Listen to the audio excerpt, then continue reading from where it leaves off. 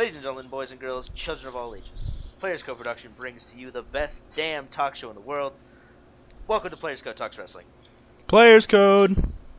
And that's right, for 2 weeks in a row, ladies and gentlemen, Mike is on the show. Mike, I was checking the viewer counts for the videos on the channel. We pulled 10 views for that video that you were on, the Money in the Bank video. What can I say? People love me. I know, man. You come back and just all the viewers just flock on back to the show. But by God, I kept it running. So, this week, we're going to do Raw and NXT. Is that correct, Mike? Yes, that's very correct. Alright, good. We'll start out with Raw, as always, because it's the flagship show. And skipping SmackDown, I will, while Mike is going over his NXT stuff, I will be listening, of course, but I will be looking at the SmackDown results to see if there's anything interesting. So, here we go, diving into the show. We open up with a recap of Money in the Bank, and the Authority comes out. Now, I'm already stopping the show because we've already got something to talk about. Two things to talk about, actually. If you guys didn't watch the Money in the Bank pay-per-view or our recap, our worst fears have been come true. The champ is here, and John Cena is the World Heavyweight Champion again. Boo. So, boo. Boo. Also, with the Authority thing coming out, these are really good segments. The Authority is great. They're great villains. Stephanie and Triple H are two of the best heels in the company, and they're not even wrestlers really anymore. But it's just these long 15-minute segments are getting a little boring. We need something else. They have time to fill, I understand, but fill it with something else. Anyway, Cena is revealed as the cover athlete of WWE 2K15. Woo. Boo. More. Wait, when is that coming out? That comes out in October. October 29th, maybe. Yeah, did they say if it was coming to Xbox One or next gen consoles at all? Yeah, it's coming at all? to all the consoles. Woo! I know, I'm excited. They're doing mocap purchasing. and stuff with all the. Oh hell yeah! They're doing mocap with everybody and shit. It's gonna be real cool. I hope. Triple H did this pretty good thing where he went kind of white thug to make fun of John Cena. That was pretty funny. It was enjoyable. And then we get the main event for Battleground, which is a fatal four-way for the World Heavyweight Championship versus Kane, Randy Orton, and the one that nobody can quite figure out why he's in there, Roman Reigns. Then Triple H goes classic Teddy Long and says we're going to have a tag match. Cena will tag with Roman Reigns against Orton and Kane. And then Seth Rollins comes out and they kind of tease a cash-in. So, yeah, the fact that the Authority was so angry that Roman Reigns got into the Battle Royal to get into the World Heavyweight Championship at Money in the Bank. And now they're just freely giving him a title Can I give a shot. prediction? Feel free. Roman Reigns turns Authority. There has been a lot of speculation that Roman Reigns is in bed with the Authority, but they already turned Rollins heel. I don't think they turn Reigns heel right now. I see it. He's way too babyface over to be turned. And then that leaves kind of Ambrose kind of twisting in the wind. Dude, he's the dog. He's the freaking hound. That's true. I don't know. We'll have to see. I don't think so. I think this is just more set up for Triple H and Roman Reigns, which apparently has been pushed to Night of Champions, if you believe the rumors. Everything's kind of been moved. Daniel Bryan's injury has really fucked up the whole company at this point. Their whole long-term plan was really fucked up. Seth Rollins came down to the ring in the previous segment. Now we get Seth Rollins versus RVD again, like we did last week on Raw. Both guys are pretty banged up, so they're moving a little slower than normal. But actually a pretty good match. RVD continues to not suck. I don't know what the hell he did, but the past couple of weeks and the Money in the Bank ladder match, he's actually done pretty well. Seth wins with the curb stomp, aka the blackout, and he cuts a promo, but Dean interrupts on the Titantron and says anytime Seth tries to cash in the briefcase, Dean's gonna come kick his ass, which I think is a really interesting dynamic. It's like, yeah, you have the briefcase now, but if you ever try and use it, I'm gonna find you, and I'm gonna beat the shit out of you. it's a really interesting kind of angle with the briefcase that I don't think they've done before. No, usually so it's cool. you have the briefcase, you're gonna cash in, you're gonna win. Yeah, and it definitely fits with Dean's whole psycho thing. So I'm really happy about that. I was actually surprised by that. Rusev and Lana come to the ring and do some healing, but they get interrupted by Zeb and Jack Swagger. Fucking fight 'em. No, dude, you should. The crowd was way like this was a unspoken face turn for Swagger. Okay. So like, this is how I feel about it. I personally, from when I was watching, hated the long like praise Mother Russia speech that they got before Rusev came out. Yeah, yep. Like I wasn't a fan of that. So I'm glad it got stopped. But I also like Rusev more than I like Swagger and his racist buddy. Hey, Zeb Coulter is a legendary manager. No. Anyway. Yeah, no, I've totally been bored with Rusev. Like, I'm sick of watching squash matches. His match against Big E at Money in the Bank was okay. It was a little bit more, but he just really hasn't done anything that's kind of made me interested in him at all. I'm finally happy that they connected the dots, more or less. Like, I'm not, Swagger getting pushed, okay, whatever. Rusev getting pushed, okay, whatever. But I'm glad that they finally went, we have the American-hating Russian people, and we have the We the People people. Why don't we have them feud? Bingo. Like, you have something to work with, and I don't understand why it took so long. Like, Rusev had to be racist and beat up all the black guys on the roster first, and then get to feuding with the patriotic, anti-immigration people. I don't know why it took them this long. This is the most anybody's cared about Swagger since WrestleMania. The crowd was really behind Swagger with this little face turn. They go at it, and Swagger gets the best of Rusev with a couple arm drags and clears him from the ring. I think this could be good. I think this could be a good feud. I'm intrigued to see what kind of heat it can draw, just because with the World Cup and all the stuff with Russia and the U.S., I think there's a lot of... Hopefully, I think there's a lot of heat. What's up next? Oh, Usos. God damn it. Usos and Fella versus the Wyatt family. They got to figure out what to do with the Wyatts, man, because when they come out, every time they come out, it's just more and more cell phones, dude. Like, that place is lit up every time they come out. And it's kind of being wasted because Bray really didn't do that much in the Money in the Bank match. The Wyatts didn't win the tag titles. And, there really isn't a mention of them kind of carrying on that feud with the Usos. They got to figure out something to do with the Wyatts, because it's driving me crazy. They're either going to die out very fast, like, all big-time groups of people that come from NXT do, or they could turn. You never know. I mean, they're heels, and that's what they do best, obviously. I can't see them as faces, and that's the only way they're going to stay alive is if they go face. Yeah, I don't know. Problem is, you turn them face, I think you lose a lot of the edge. Well, yeah, you kill their characters. Yeah, that like those, Bray Wyatt really walks that thin line already with kind of the crowd interaction and all that stuff.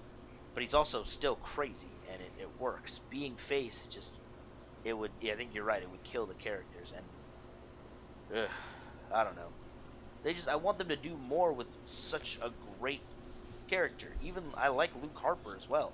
The guy can wrestle, and when he cut his own little promos, and they were pretty decent. Rowan's still getting there. He still needs a little bit of work. Well, isn't he supposed to be the dumb sheep?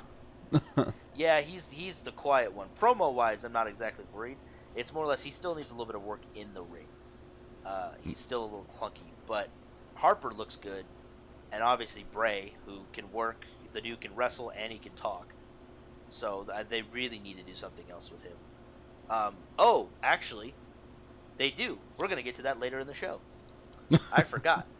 I'm sitting up here pissing and moaning, and then I completely forgot about a segment later on in the same goddamn show. Huh. All right.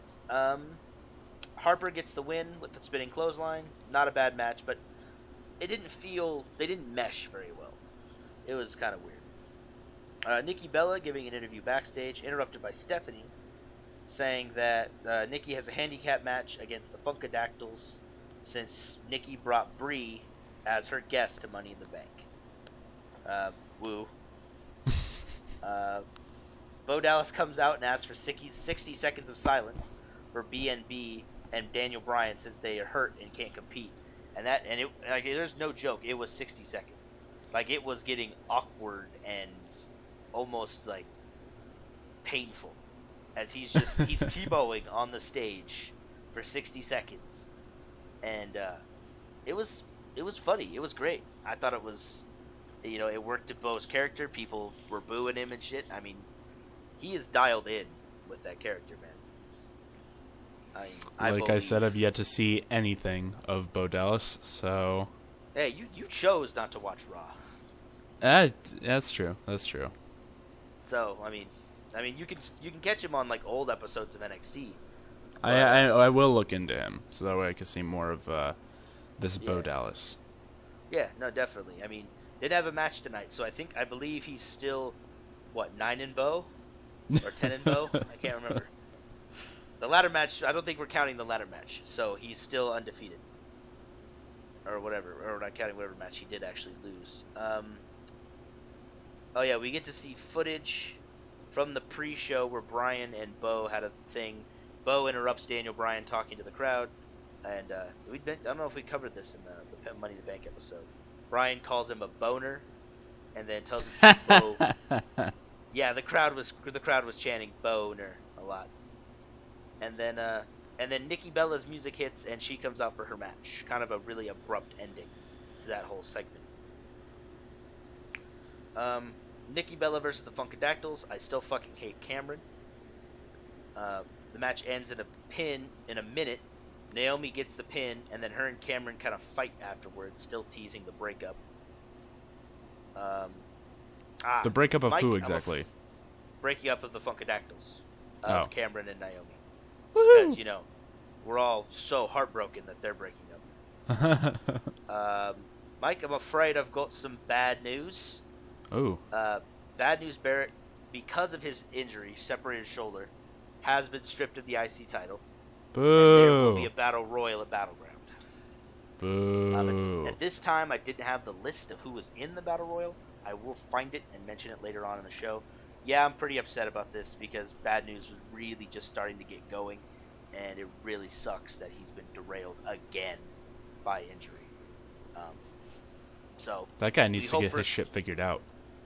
No shit, man. I mean, obviously it's it's the matter of the business. Shit happens. So we hope for a speedy recovery of Bad News and Daniel Bryan in that case, because I love both those guys, and those guys are two future stars of the company. Stars now, but hopefully the major stars. Heyman comes out and does his shtick and says Cesaro will be in the IC Battle Royal. So that's one. I know there's a couple names, but I can't remember. Kofi is also in the Battle Royal because you can't have a Battle Royal without Kofi Kingston, apparently. Without the guy who's always forgotten about? Right. He's kind of had a little bit of a resurgence lately. I mean, he had a match. Did he have a match? He was in the Money in the Bank match. Yeah, he has his matches, but does he ever win them? No. He's just there. He's that filler. One cool thing, yeah. Cesaro actually seemed to have injured his eye, but it wasn't serious enough for them to stop the match. Mike. This match actually ended during a commercial break. What? Yeah. They cut to commercial, and they came back from commercial, and Kofi was celebrating. Kofi beat Cesaro during the fucking commercial. They fucked up. They really did fuck up there. Somebody better have been fired. Because, are you fucking kidding me? Like, they have a set time for like how long the matches are supposed to last, right? Yeah, they do. Yeah, they have set times. And I don't know but no, like, there's no way that match could have ran long. That match wasn't that long to start with. Right. But it's like I'm pissed off that they cut to commercial during almost every match anyway. But to have, whether it was an accident or whatever, but to have a match end during a fucking commercial break, that's ridiculous. Right. So Cesaro spends the next 5 minutes beating the shit out of Kofi because he beat him. Oh god. So the next thing we get is we get Santino sitting at this barbecue inside the building. So, you know, they got the whole set up to look like a barbecue. Mm-hmm. And he's sad that no one came to his party. Then Adam Rose shows up. Boo. And they're like, don't worry, Santino. Have a twisted tea. They're delicious. They were advertising twisted tea during Raw. Like, really? Yeah. I just wrote down the WWE. See, this is why I stopped. This hurt my soul. And then come to find out, actually just today, apparently, that Santino has announced that his in-ring career is done. He's going to stay with the company and do whatever, but he's not going to be participating in matches. Wait, who announced this? Santino. Woo! Mike, excited that Santino's done wrestling. I was never a fan of him. I understand he was there for, like, the kids' appeal and whatnot, but I'm tired of the goofy wrestlers. Look at what you get when you have those goofy wrestlers. But there was advertisements in the ring. That was bad. It wasn't in the ring. It was backstage, but... Well, still. The same, yeah. It was bad. But, I mean, there's always been goofy wrestlers. Then they kind of lighten the mood, but the thing is... I don't know. It just doesn't work the same, I guess, anymore. Because there was, you know, there was always the goofy character. Like, look at Al fucking Snow. You think Al Snow was a serious character back in the day? You know? Doink like the Clown. Crash Holly? Yeah, Doink, yeah. I mean... But they weren't as big of the show as they are coming to be now. Yeah, I guess that's true. They didn't really end up being focused on. Yeah. Yeah, so that happened. And then we get Vince McSandow comes down to the ring. And, yeah, no, actually his Vince strut was actually pretty good. I was pretty impressed. No fake Vince strut will ever beat Triple H's. Oh, no. Triple H's is the best. So Sandow comes to the ring, talks like Vince, throws some shit around. Stephanie comes up on the big Titantron screen and yells at him. You know, basically just scolds him for making fun of Vince and all that shit. And she announces, well, you're going to have a battle with a returning superstar. Mike the Great Khali is back. Woo! And just as awkward and big as ever. Yeah. And apparently the Great Khali will be in the Battle Royal. Oh, wow. And also Damien Sandow will be in the Battle Royal too. I guess. I'm not really clear on that. I hate everything. Is basically just how I ended that. Yeah, Great Khali knocks out Sandow and is standing in the ring. His music's playing, and he's looking at the referee because the referee's down checking on Sandow, and the referee actually has to give him the motion to put his hands up in the air and do his raw thing. Like he actually had to be. Yeah, it was depressing. Poor Khali. Yeah, I know. All right, Mike. So the big thing of the night. This was toted all over Twitter.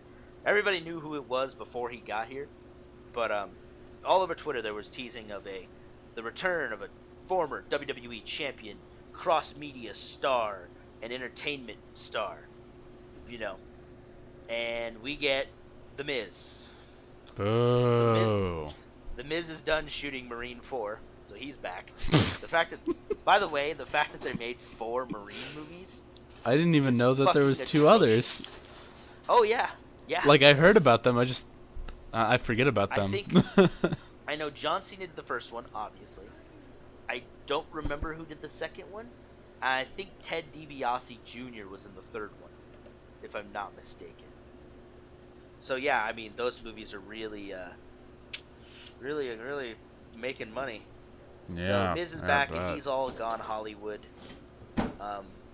He's like, oh, I'm a huge star, blah, blah, blah, blah, blah. You guys should be honored to have me back. But Mike, then the walls break down. and Chris Jericho interrupts. That's right, and the crowd fucking pops, dude. He comes back and he's got the light up jacket and everything. And yeah, people really love that light up jacket of his. Yeah, man, it was pretty great. He comes down to the ring. Miz talks some shit. Jericho just hits him with the code breaker. I always found it funny that they gave him another finisher when he had the walls and the lion salt. Lion tamer as well. Oh yeah, the lion tamer. Well, wait, I think the lion tamer was one of those. The lion tamer is the submission move that he has. Oh, you mean the walls of Jericho? No. The walls of Jericho and the lion tamer are completely different. Walls, he focuses on the he does it. It's like a Boston crab. While the lion tamer, if you look, he their torso's higher up in the air, and he has like his knee sitting on their head. Oh, okay. Sorry, I never saw a lot of Lionheart Chris Jericho. So. Yeah, they're completely different moves. All right, good to know. I'm glad you're here for me, Mike. Hits the code breaker and grabs the mic, and he's pretty excited to be back. He's like, well, I waited a long time to say this, and says, welcome to Raw is, and he gets cut off by the Wyatts. Lights go out, lights go up. The Wyatts then put the boots to Jericho, and I believe it ends with Bray hitting his sister Abigail. A sickening looking one, too. Jericho sold the shit out of it. So, it seems like the rumors are that Wyatt's getting a program with Jericho heading to SummerSlam. Yeah, so that's exactly, I was pissed off, and then I remembered that he's going to take on Jericho. So, I was angry. Not angry anymore. God damn it. Fucking Christ, we get Fandango and Layla.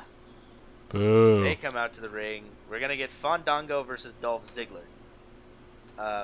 This match doesn't really happen because Summer Rae gets in the ring and just makes out with Dolph. So apparently this is going to be a thing now. She kisses him.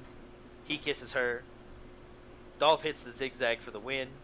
And then there's some kind of weird look between the two as Summer Rae walks up the ramp looking smitten with Dolph.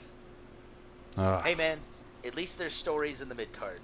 And don't even at least there's stories. They're shitty stories. If they're shitty stories, they don't matter.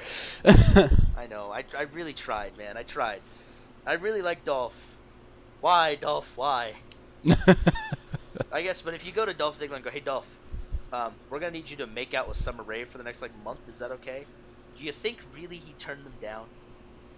Well, no, he got to make out with AJ Lee for a while. I mean... So hot.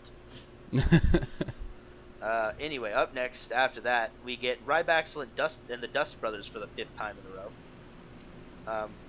And I actually put, is there really nothing else these two teams could do? Couldn't, one of them maybe, I don't know, pursue the fucking titles in the division they're in? Maybe? No? Okay, I'll just go fuck myself, thank you. They fought each other about 3 weeks in a row, and also at Money in the Bank. Did they fight each other at Money in the Bank? Or am I wrong? I forget. I don't remember. It was fucking a week ago. I already don't remember.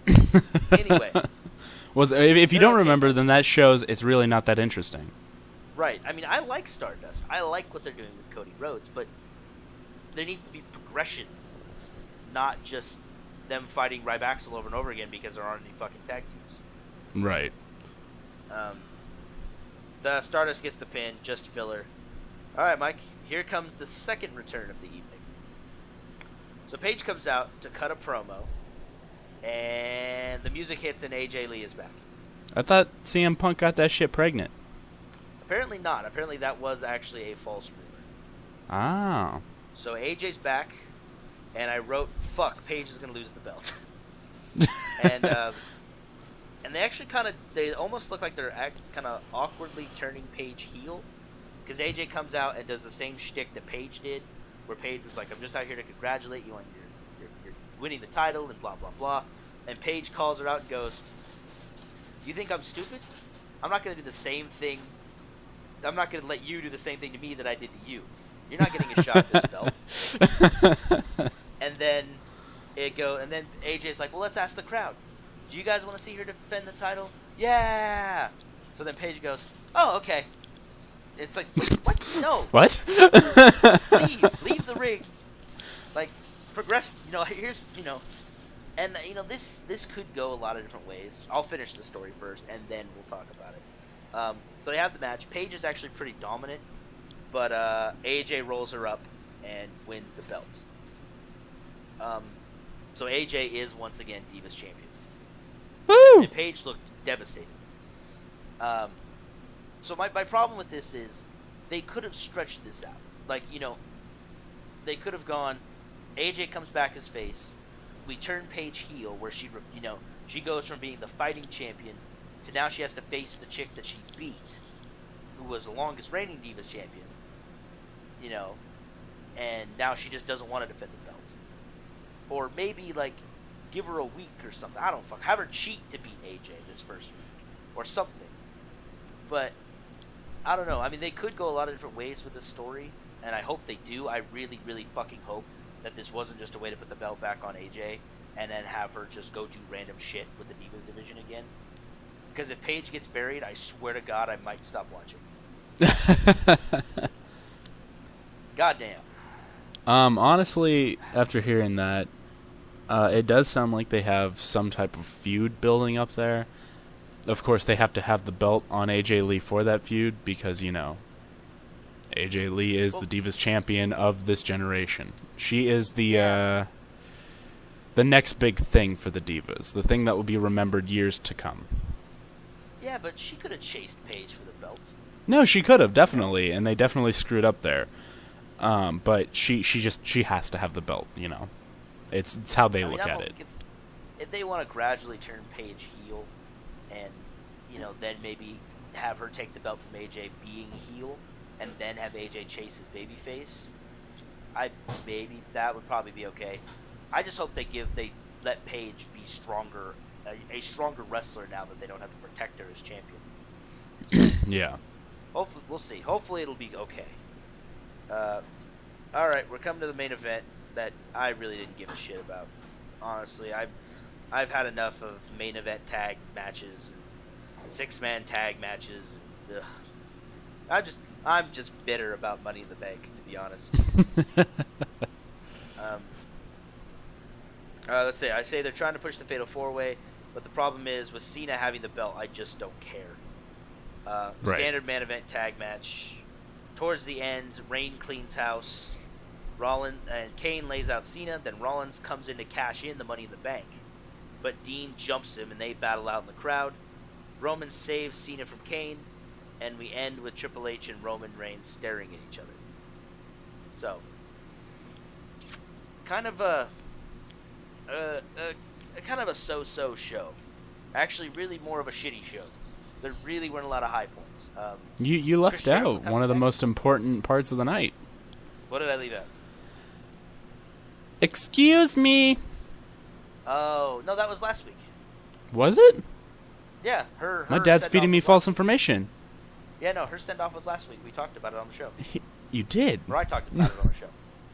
Yeah, her and Stephanie did the whole mud match thing, and she did the little shimmy afterwards and pointed to the sky and came out to, and then at the beginning she came out to Eddie's music and all that. Well, in that case, you can just cut that portion out. Oh no, I'm leaving it in. Oh, no, you're Somebody not. doesn't listen to his own show. Hey, I do all the editing, man. You can't No. tell me what I can and can't leave in. This was before I got back on. Anyway, yeah, that's true. That was an episode you weren't on, so I will give you a little leeway. But so yeah, really the only high points of this show were Jericho coming back, and then the setup for Jericho Wyatt, and then AJ coming back, and the hope, the praying to whatever higher being you believe in, that they're gonna do something worthwhile with AJ and Paige.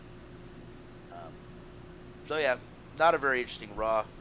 It's gonna be slow until probably after Battleground, because then fucking Brock Lesnar is set to come back, and we're gonna build towards SummerSlam then.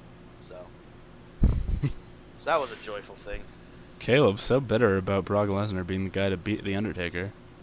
Mike, we discussed this. I don't remember if I discussed this on the episode pre Money in the Bank or on the Money in the Bank episode. about how much I just dislike the idea of a part-time champion. And I know I missed it when The Rock was champion between WrestleMania 28 and WrestleMania 29. And I know he was part-time champ, but I wasn't here for that. So I'm here now. I'm a bitch about it now. It's a dumb model. If you want to have a part-time guy come in and pop the crowd and get people interested, that's great. You don't get to put the belt on. Because not only is your company in financial trouble, and that dude's paycheck has to be huge, you're not going to pay him to show up for the smaller pay-per-views. So we're going to go from having, Daniel Bryan, who couldn't defend the belt, to Brock Lesnar, who we can't afford to have him defend the belt. Goddamn. All right, I'm gonna look up the SmackDown stuff. You cover NXT. I'm excited. I like NXT. NXT makes me happy. I'm gonna be honest here. I was a little disappointed at what I saw. Really? You were disappointed? Okay, so here's how we kicked off the night. The Jersey Shore versus Viva la France. Jersey Shore versus Viva la France. Now, Mike, you gotta use the action. Oh, how dare you insult Enzo and Big Cass? Dude, how really? Dare you, sir? Really? Okay, the gimmick is a little, the gimmick's a little not great, but those guys are actually pretty talented. Soft. Soft. Dude, soft. You're soft. So stupid. It's fun. It's fun. dumb. It's enjoyable. It's... You know what? Yeah, I know it's not. It's probably not something that would get over on the main show, but it's fun. And for NXT, well, these guys are coming up. That's the difference between SmackDown, Raw, and NXT. Is I'm much less harsh on NXT because it's just a different environment. You know. I guess, but it's and just I can take a shitty gimmick if the guy can wrestle. And Enzo and Cass are both pretty good workers, from what I didn't see Enzo, but I did see Cass. Big Cass, yeah. He wrestled last week as well, and then Enzo made a return from injury. Yeah, I'm honestly... It was a squash match, so I didn't get to see much, but... Oh, okay. Cass is a big guy. Oh, yeah, he's like 7 foot something. If he wasn't some stupid Jersey gimmick, I could see it going somewhere with that guy. It's not as much of a Jersey gimmick as it's more of just a Guido gimmick, I think. Either way, like it's Jersey Shore, spit all over it. Yeah, I mean, it could be worse. It could be Robbie E. and Cookie from TNA. I mean, it could be a lot fucking worse, Mike. It's just, I wasn't impressed. I was impressed with, his size and how quickly he destroyed the guy in his squash match. But other than that, I wasn't really impressed with a short guy in skinny jeans and Justin Bieber shoes dancing around with a Pauly D haircut. Yeah, well, like I said, I've only seen a little bit of those guys, so either way. But the crowd seemed to love him.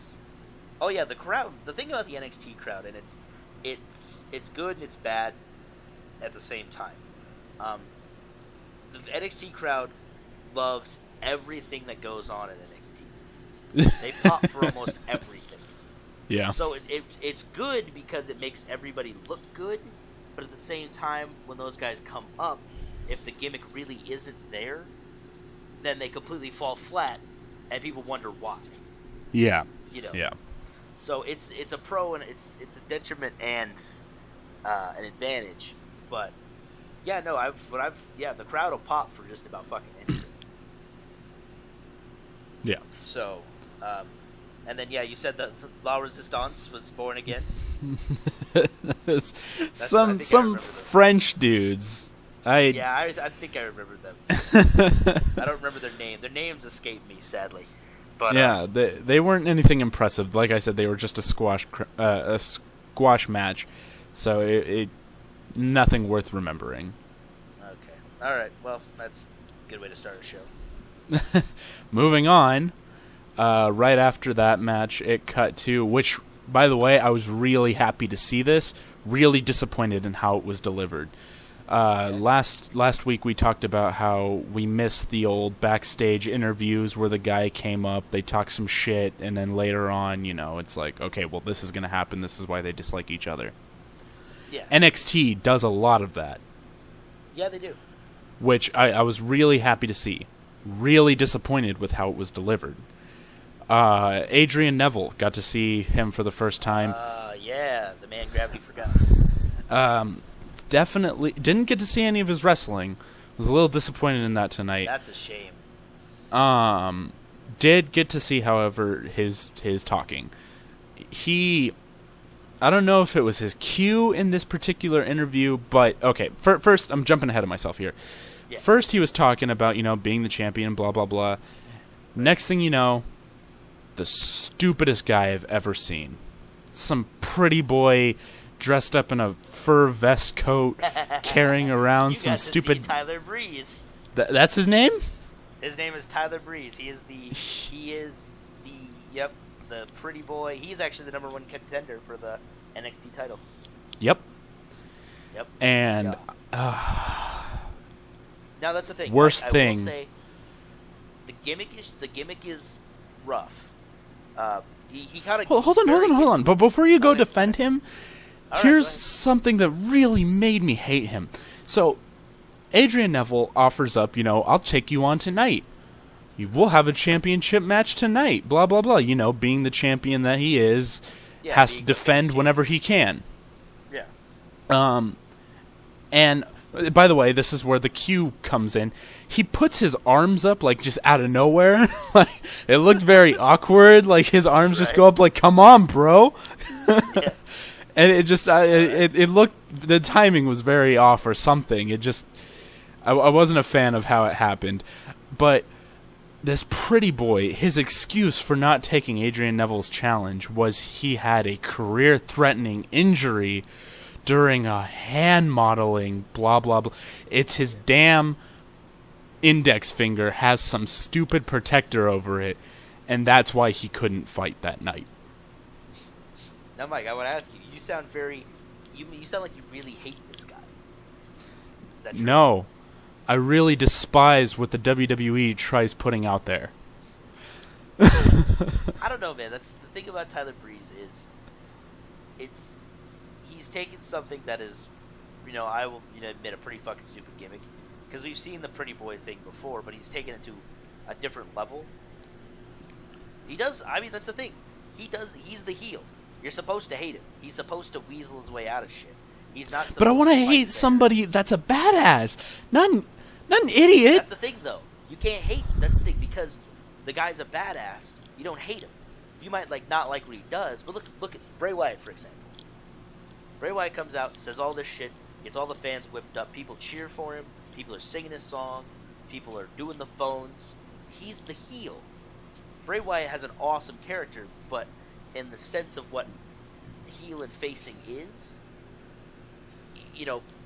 the guys who make you hate them to your core, even though you and I sit here and do this show every week, and basically we know that those guys aren't really bad guys, but we hate them anyway because of how they act. That to me is a job well done by Tyler Breeze. And the guy can wrestle too. Like if you don't believe me, go watch NXT TakeOver, the NXT pay-per-view they had just about a month ago. His match with Sami Zayn for the #1 contender spot was phenomenal. It was really good for two young guys. He comes off as a really stupid gimmick, and he is a really stupid gimmick. I just would prefer if instead of a badass, not some stupid pretty boy. Like even when Nitro did the pretty boy, he was still not as dumb. Yeah. True. I don't know. Like, he must be doing something right, because he's getting pushed to the NXT Championship. I would assume that they're kind of grooming him to take the belt so that Neville can move up. But I don't know. I haven't really heard anything. I don't know. So after Mike's fury-inducing first introduction to Tyler Breeze, that's pretty interesting. I like how Mike doesn't know any of the names. He knows a few of the names, and then he just describes them. And luckily, I've watched enough episodes of NXT that I know what the hell's going on. So. Then this should help you out. The second match was a Divas tag match with the BFFs versus the Sassy Bitches. Oh, the Sassy Bitches. That's. I don't think that's the actual tag name. No, but that's what I got. I want to say it might have. I know the BFFs obviously are. Was it Charlotte and Sasha Banks? Yes, there you go. Okay, because Charlotte is Ric Flair's daughter and the NXT Women's Champion. Yes. And then I want to say they took on. Was one of them like really red hair and Irish and did a jig a lot? Yeah. Yeah. Okay, Becky Lynch is that one, and did the other one like have wacky flaming inflatable arm tube men? Yeah, Bailey. Bailey, really like Bailey. She's awesome. She's very. I'm not. Once again, not very loving towards their gimmicks, but she is very spirited. Yeah, I think the thing about Bailey's gimmick is I'm not sure how much of it's a gimmick, because I think she just acts really excited just to be here, like just getting a chance to work here.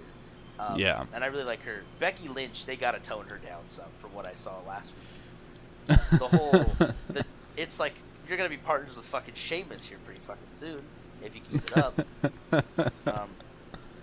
Yeah, the whole jig and it's too much. We get it. You're Irish, or you're supposed to be Irish. But anyway, how did that match go? Anyway, figured out everybody who was in it.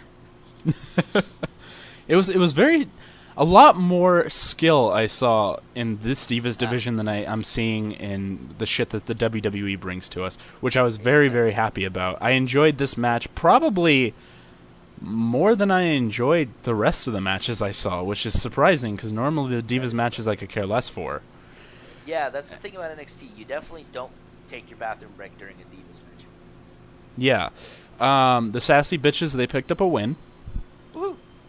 I forget how it ended, actually. From what I remember, there was I think the BFFs might have started fighting or something. No, I believe that was the week before. Okay. The BFFs seem to stay pretty strong here. Okay. Well, anyway, maybe it happened at some other point. But one of the Sassy Bitches, it was the black one. The black one. There's a black sassy bitch? Yeah, it's the one who I believe initials would spell out Sassy Bitch. Oh, Sasha Banks. Yeah, there you go. She's a BFF, bro. Get your factions straight. No, actually, Sasha Banks is one of the Sassy Bitches. Oh, really? Yeah, she's the follower of that one chick. She was one of the followers. It was her and Summer Rae, from what I gathered, who followed Ric Flair's daughter. Oh, Charlotte. Okay. Anyway, she was in the face of one of the BFFs, and then Bailey comes in and then takes her out and throws her out of the ring, defending her tag team partner. Okay. So that's where I saw the BFFs staying strong, them defending each other. All right, well, whatever works. I think that makes sense then, because this week Bailey's taking on Sasha Banks, if I read that right. Anyway. No, actually, the next NXT is Bailey versus Summer Rae for a number one contenders position. Oh, yeah, you're right. Sorry, I know I read something and I misread it, thinking it was Sasha Banks. Yeah. But no, yeah, no, I'm not. Yeah, I really like the women's NXT division. It's impressive. I'll give it that. Yeah. So after that match ended, we had another interview. Justin Gabriel. Oh, that's somebody right. somebody who I thought was done with NXT. He was part of the Nexus. Like, he came out with Wade Barrett and what's his name? Other big strong guy. No, the original 3 NXT or Nexus. Oh. I don't remember. It was Justin Gabriel, Wade Barrett, and one Harvard dude. Oh, David Otunga? Yeah, there you go. He was part of that group, you know? Yeah, he's been around. What happened? He's kind of like Tyson Kidd. Actually, going into that, Tyson Kidd interrupts him. Sassy Tyson Kidd, I put. Oh yeah, Tyson Kidd's heel now. He's kind of heel since not getting the number one contender spot. He came up to Justin Gabriel pretty much going on and on about what happened in his career, but saying it was going to happen to Justin Gabriel. You know, you'll be forgotten about. They'll move on from you. You'll end up here pretty much, which is happening. You'll be exactly where you're standing. Yeah. And you know, Justin Gabriel ends it with, you know what, Tyson? I'm going to win my match tonight against Sami Zayn, and I'll show you that you're wrong. And then, you know, that little interview ended. And, you know, it cut to commercial break and whatnot. And then they come back with the Sassy Bitches breakup. Oh, okay. Sasha Banks, you know, like... So, I forgot what she said. Anyways, Ric Flair's daughter was like, you know what? I don't think I need you anymore. Oh, shit. And so Sasha Banks got all sassy with her. And she was like, well, you know what? Me and Summer Rae were better off without you. And she was like, you think I care? I'm Divas champion. Blah, blah, blah. And, woo in there. no, no. Damn. And she, that's when Sasha Banks tells her that Summer Rae is going to be challenging her for the championship after she beats Bayley. Okay. So I have a feeling the sassy bitches are over. Summer Rae, however, you keep calling them the sassy bitches. Those are the BFFs. The BFFs were described as Bayley, like she. No, dude, no. Well, then she may have been taking a hack at him, because before the match started, there was like an interview thing where Bayley was like, she threw her name in for a fun little like BFFs thing with the other chick. Oh yeah, no. The BFFs are an actual like faction that was Sasha Banks, Summer Rae, and Charlotte. Okay, well then Bayley must have been, you know, taking a hack at them. Yeah, she was taking a shot. I'm sitting here just going like, he keeps calling them the sassy bitches. I thought the other ones were the sassy bitches. Mike's got me confused. Well, as far as I'm going to be looking at Bayley and her buddy, they're the BFFs to me. All right, well, we'll have to clarify then. So we had a sassy bitches breakup. All right. So I guess to you it would be a BFFs breakup. The BFFs did break up and all that. Okay. They had a little, you know, little thing for that to announce that Summer Rae was going to be challenging Bayley for a number one contender spot. Okay. And which surprises me, because Summer Rae is like on the line between, do they want to keep her in the main show or do they want to put her back in NXT? Yeah, especially considering that she's going to be doing this thing with Dolph now, apparently. Yeah. You really so wonder it's like, if she's actually going to win that match or not. Yeah, it's like, so where are they going with this? Yeah, I don't know. It's a good question. So after the sassy the bitches breakup, we move on to the hippie CJ Parker versus unknown guy. Yeah, CJ Parker was injured. Now he's back, and he's some like, hippie environmentalist. I haven't actually seen anything of him, really. I only just kind of know a little bit about him. Yeah, it was dumb. Yeah, I had a feeling. I wasn't a fan of it. It was a quick squash match. Unknown guy got his ass beat, and the hippie gave his rant, and then he left. There's a lot of that in NXT. You kind of, unless it's kind of established people, it's either established people having a really good match, or one established guy kicking the shit out of an unknown guy. It's just weird. Yeah. So moving on from that, Tyson Kidd had some sort of interview where all questions were free to go. They made this a big deal for Tyson Kidd's character, I guess, which I guess for him going right now is the Tyson Kidd Natalya divorce in the horizon. Oh man, they're gonna get divorced? I don't know if they're gonna get divorced, but that's where they seem to pointing all the signs. Huh. It's Tyson Kidd's been all sassy with Natalya. Natalya's been trying to help him. He's just been shutting her out. He was giving all these stupid excuses for why he was acting like such a dick.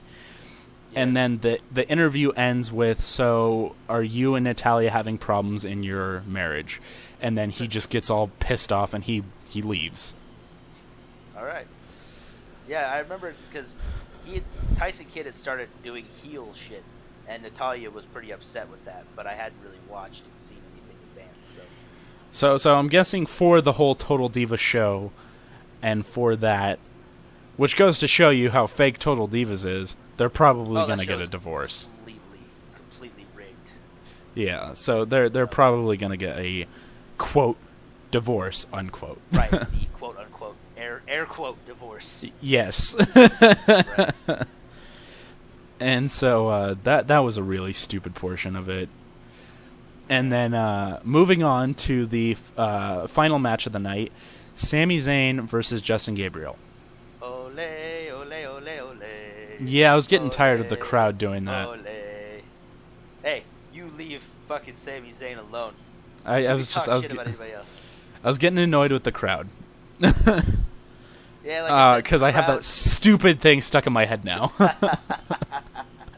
man, Sami Zayn is the Sami Zayn, formerly El Generico from Ring of Honor. Just a legend over there. Not legend, but yeah, well, kind of legend. People, they fucking loved him back there, and it's carried over. And Sami's just he was loved enough to be mentioned like in every single WWE game I've owned since 2011. Yeah, exactly. His moveset and everything is you. There's the El Generico moveset. Yep, dude. I mean, you gotta have El Generico. So that match, a lot of good skill shown from Justin Gabriel. That dude can do some pretty impressive shit, but so can Sami Zayn. Oh yeah, like you tell me that those guys are wrestling, it's like, shit, I might have to watch this match. Yeah, no, Sami Zayn has this, like, I think it was Blue Moon something. Oh, yeah, I know what you're talking about. It was awesome. Yeah, it was a really cool move. Yeah, and then he did like a mic check that turned into a Koji clutch. And that was how he ended the match, actually. Justin Gabriel actually did some pretty impressive finishing moves as well, but Sami Zayn got him to tap in the end, which was how they ended the match. And then they're pushing Justin Gabriel as a heel now. Tyson Kidd starts beating down on Sami Zayn, and then he's like, "Come on, Justin, beat down on him with me." And Justin Gabriel starts fucking beating him up. Yeah, no. So it ended with Justin Gabriel and Tyson Kidd beating the shit out of Sami Zayn. Poor Sami Zayn. He puts over Tyler Breeze and gives Tyler Breeze the #1 contender shot. He kind of goes on this little bit of a losing streak almost. He finally beats somebody, but then he gets his shit kicked in by two guys. Yeah, it's like, yeah. Poor Sami Zayn. That's how the show ended, and my overall opinion on NXT so far is not what I was hoping for. Yeah, you definitely got to watch. There are very high points, and then there are the low points as well. But you got to have less. You got to kind of tune your expectations a little bit, because you got to remember that a lot of these guys are they're new to the WWE style of how things are done, which is a big change from the indies and stuff like that.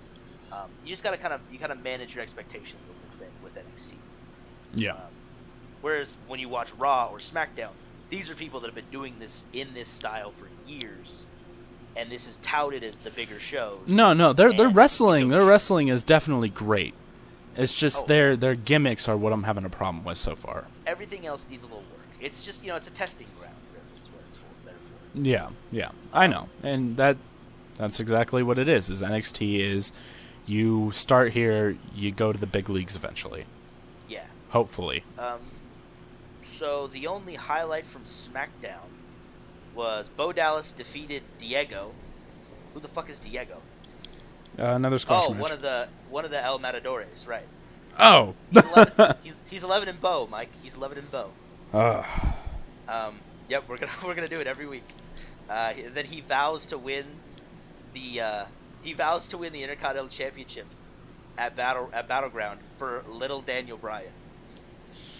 So I'm sensing like maybe a feud for when Bryan gets back with Bo. Yeah. Great. You think they're going to give him the chance. Intercontinental Championship? I see them putting it on Cesaro. He has to. I don't know. I see them keeping in his undefeated streak. Yeah, but he's been in a couple battle royals where he didn't win. So how do you count that? Does he only count his singles matches? Yeah, you count the one-on-one, pinfall, or submissions, not the over-the-top battle royals. I don't know. The way I look at it is, if it's every match, if you lose, you've lost. Nah, he's 11 and Bo. That's really was it. Damian Sandow did Bruce Springsteen. Orton and Ambrose did the main event. Oh, Reigns actually came out and saved Ambrose. Okay, so never mind. Yeah, so, yeah, really nothing exciting in that. So, yeah, I mean, that's the week. As far as the indie stuff kind of goes, there's really not too much going on. There's the PWG Battle for Los Angeles coming up with it's a big tournament, basically.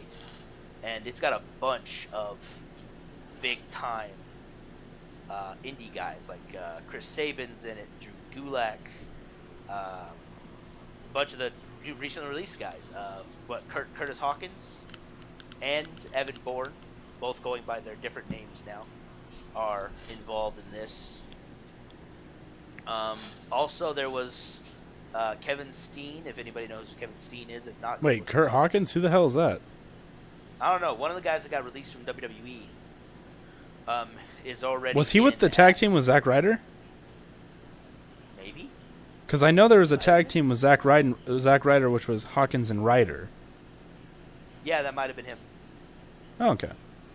So yeah, so that's going on. Battle for Los Angeles, or Battle of Los Angeles, whatever. Big tournament. Lots of good wrestling. Also, Kevin Steen has announced his final 3 matches before coming to WWE. So that's cool. We're finally gonna, hopefully, and I pray to whatever higher power there is, just as much as I'm praying for Paige not to get buried, that they use Steen right. Because I've watched Steen, and the guy is fucking awesome. The guy knows how to wrestle. He knows how to cut a promo. He's just an awesome. So is he coming straight to the main show, or is he going to go to NXT? They're not bringing anybody straight to the main show anymore. After the Sin Cara fiasco and all that, he'll go to the Performance Center. He'll train.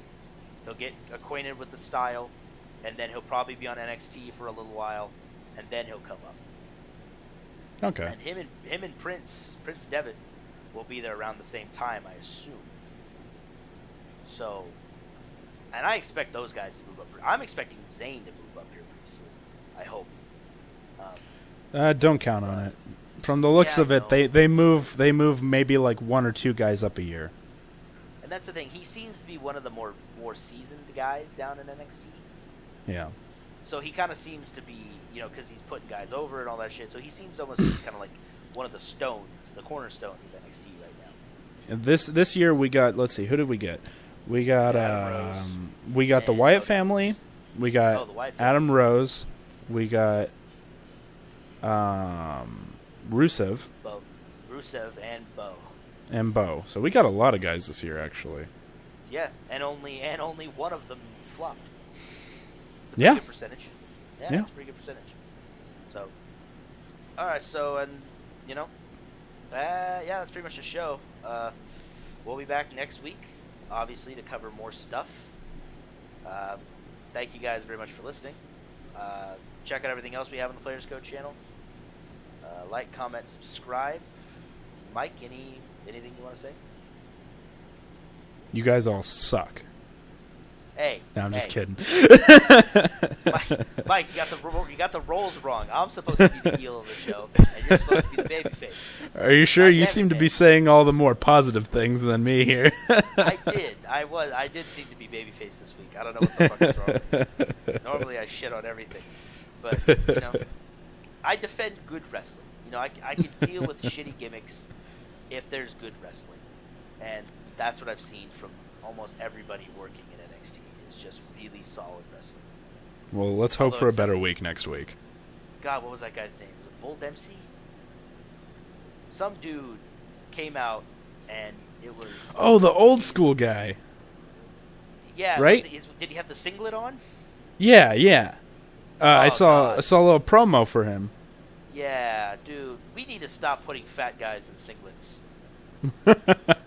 Seriously, like He seemed to have that ruthless aggression though, which I did like. He had a squash match last week, and it was okay. He looked like a power guy. He looked pretty good. But man, did we not learn our lesson with the funky dinosaur? We really got to stop putting fat guys in singlets. I mean, shit. Especially low cut singlets. Like, Andre never wore something that showed his stomach. Once he put the singlet on, I know he wrestled before he had the singlet, but goddamn. So anyway, hopefully next week will be better all around, and no fat guys. I'm gonna get a singlet. I'm gonna get a singlet. I'm just gonna wear it around. That's gonna be the picture on the profile. Okay. I'm gonna run around and I'm gonna cut promos and shit. It'll be fun. Anyway, thank you guys very much. We'll talk to you guys next week. Adios.